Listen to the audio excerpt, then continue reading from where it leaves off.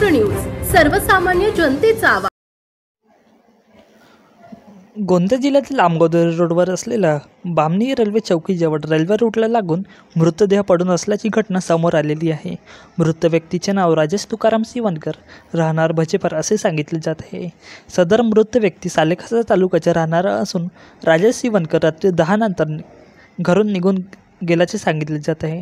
या घटनेविषयी मृतकाच्या नातेवाईकास विचारपूस केली असता सदर व्यक्ती रात्री जेवणानंतर सायकलने घराबाहेर निघाला, परंतु दर दिवशीप्रमाणे गावातच कुठेतरी गेला असल्याचे घरच्या लोकांना सांगितले। पण खूप रात्र झाल्याने घरी न परतल्याने घरच्या लोकांनी शोध घ्यायला सुरुवात केली व आजच सकाळी राजेश सिवनकर यांचा मृतदेह रेल्वे रोडावर सापडल्याने राजेशच्या नातेवाईकात व गावात शोकांतिका पसरलेली आहे। महत्त्वाची बाब म्हणजे मृतदेह रेल्वे रोडाच्या बाजूला सापडल्याने व मृतदेहाच्या पायाला सट बांधून असल्याने हा अपघात आहे की घातपात अशी शंका वर्तवण्यात येत आहे। पुढील तपास आमगाव पोलीस करीत आहे।